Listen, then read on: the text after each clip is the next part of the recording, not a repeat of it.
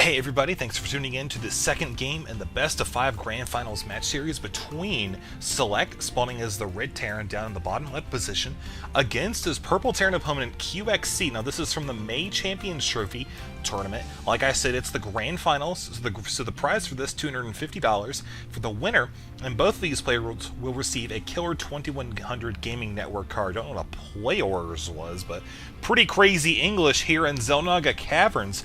Now in game number 1, don't want to give away too many spoilers, but we did see the players spawn back-to-back, and as such we saw that QXC, once he found that out, he really started to press that heavy drop play. We saw him use drops a number of times, and since these two players are spawning way far away from each other, obviously it's a different map, but we still could see some aerial base harassment, namely Banshees. Banshee's actually pretty powerful on this map. If you do like a 1-1-1 build, get a Banshee back here, you could see I'm moving my camera way down to the bottom. Look at this wide open space. You can come in and do some serious damage to the mineral line, and those Marines can only run around right here, and you can actually outrange the Marines from out here and pop them off one at a time. Of course, it only takes a couple shots to take one down, so very easy style of harassment to employ. So I'm going to be looking for probably something along those lines somewhere at this point in the game. Obviously, we're going to see a lot of siege tanks, a lot of Marines, a lot of back and forth action. Game number 1 certainly was one of the most epic TVTs that I have watched in a long time, and I'm hoping we're going to continue that here with game number 2. Now, looking here, we've already got both players scouting each other out. We see QXC opening with a gas and a barracks, so not going to be doing a double barracks pressure play. And down here, we have SeleCT. He's actually not getting a gas, so he might be going, he's got one barracks here. He might actually just be going ahead with an early expansion. No, there's the gas a little bit later than his opponent. We see that's dropping at around 16 supply there. Marine on the way for both players.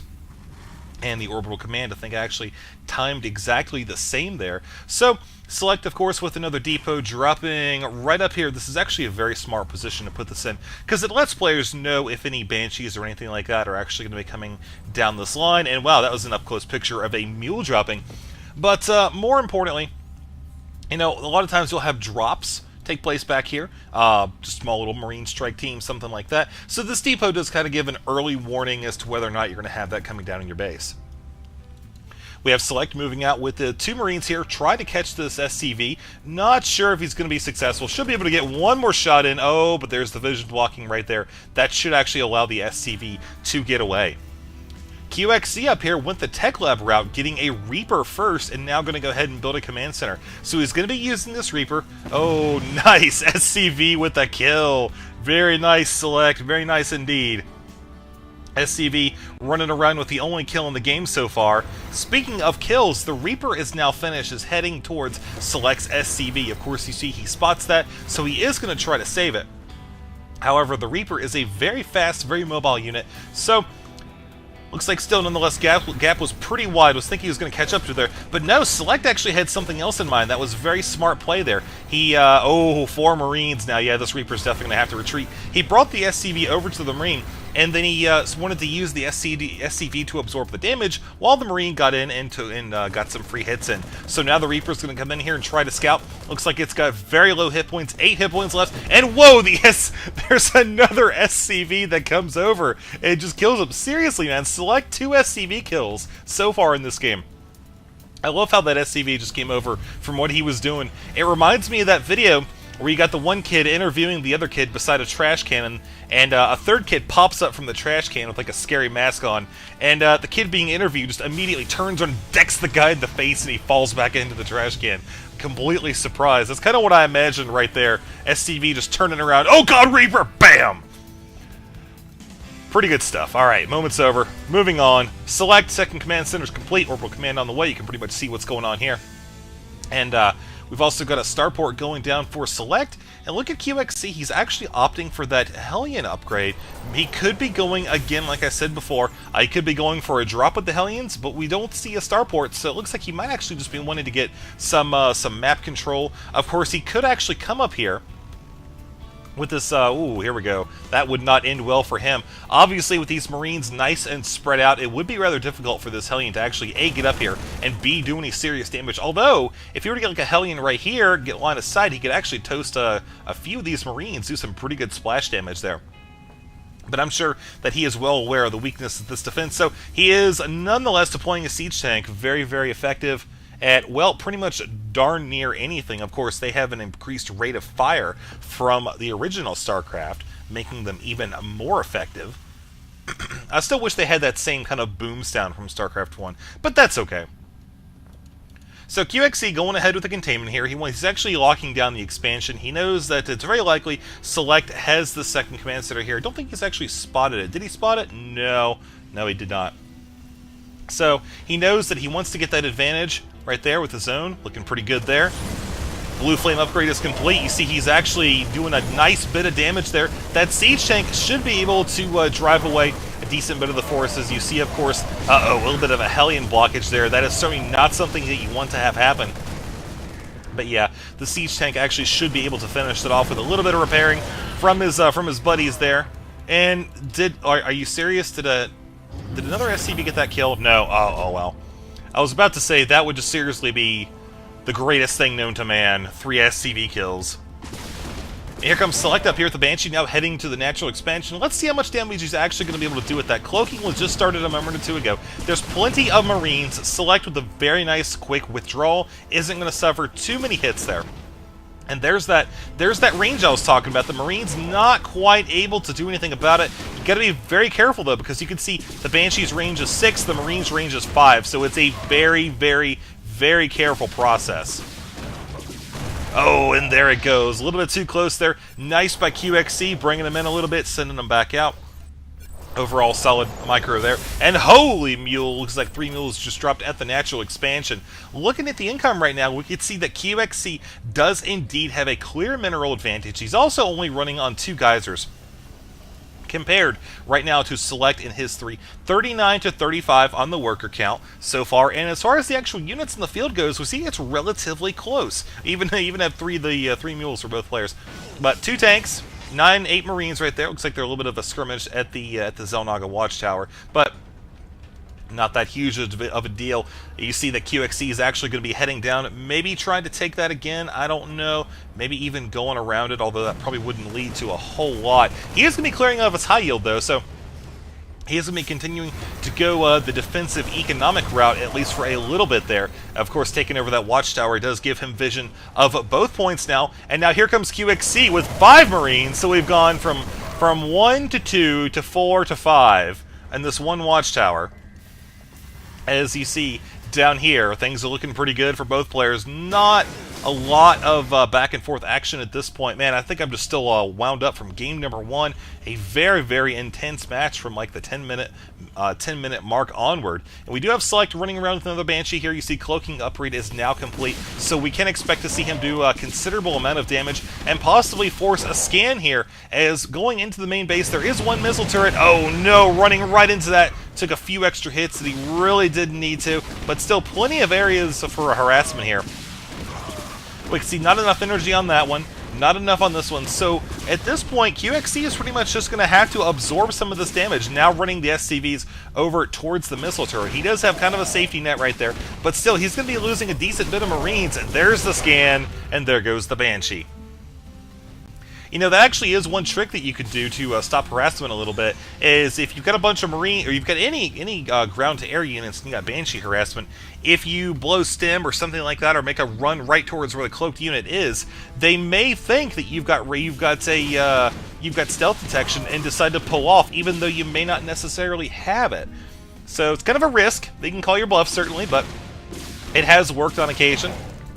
SeleCT moving up here to control the watchtower. We see the ante has been up once again. 2 Marines going down, as SeleCT has definitely established himself a forward position here in the middle of the map. That Banshee whittling down the Marines. You see, he actually did a great job doing that. Medevac here obviously going to be able to help clean up and mop up some of the damage that Stem has done. Nice spread by QXC there as he is looking to establish himself a orbital command down at the high yield. I'm really wondering how much he's actually going to try to push this, because you see Select, he does have a command center over here, but he's not really worried about taking the high yield just yet. He's still got the rocks there. Looks like he actually may clearing that out now, but I'm a little curious what he's going to do. If he's going to sit on 2 bases for a little while and try to get his third a little bit slower than his opponent, or what. We'll actually just have to see. Those Marines are actually going to take a beating from those siege tanks. Very nice placement there. Not a whole lot that QXC can do about it at this point. Of course, with that Banshee running around, still doing lots of damage. Oh no, those Marines are going to run into their death. Looking down at the southern portion of the map, we do indeed have a QXC drop. 8 Marines down in the main. I'm really wondering how much damage they're actually going to do when you compare to how much damage is being done up here. We see Select with his 4 siege tanks, and look at this, the Marines just boldly running directly into the main base, doing tons of damage. This attack, of course, down here did not accomplish too much. You see Depot, and that's about it. Depot about halfway dead there. And even the Mule running in here, look at that, he is just given the orders on the front line. He is not afraid of anything. Finally down to 1 siege tank there. Marines are still doing tons of damage. Look at that. You can see they're super low in the hit points. They don't really have enough energy for a stim or anything. You see that swarm of SCVs just plowed right over the Marines there. This is seriously the day of the SCVs, man. They are just overthrowing their Terran oppressors and killing everything on the map. It's craziness. It's craziness here in Xel'Naga Caverns. So let's actually look at the units loss tab. We can see that QXC has definitely suffered pretty heavy losses this game. 6975 to 3800, 108 to 43 now. And we are going to see once again QXC try to push out for that tower. Oh no! Both of QXC's siege tanks taken out right off the bat, giving Select a very nice forward position here at the high yield. I think this command center is going to go down. There's no siege support. There's no Marines coming in, and it does indeed drop to its death. Down here, we do have Select. Now that he is comfortable with where he is at in the game, he has established his own high-yield expansion with that command center floating around on his base earlier. I mean, he knows he's in a good spot. Well, just look at the army size right now, 92 to 136. Workers killed 36 to 1. That is insane. So many SCVs have been killed there. And now Select is moving in again. Superior numbers, superior firepower, and looking at the upgrades, QXC 1-1, Select, okay, he's 0-0 at this point, not that huge of a deal, but you know, he is getting weapons 1 there for the siege tanks, going to make even more of an explosive impact on this ball of Marines. These 2 siege tanks are all that stands between Select and a very exposed natural. You see nothing else in there but a few turrets. That's about it. Here comes Select actually with a few Marines, just kind of keeping an eye on the western side of the map there.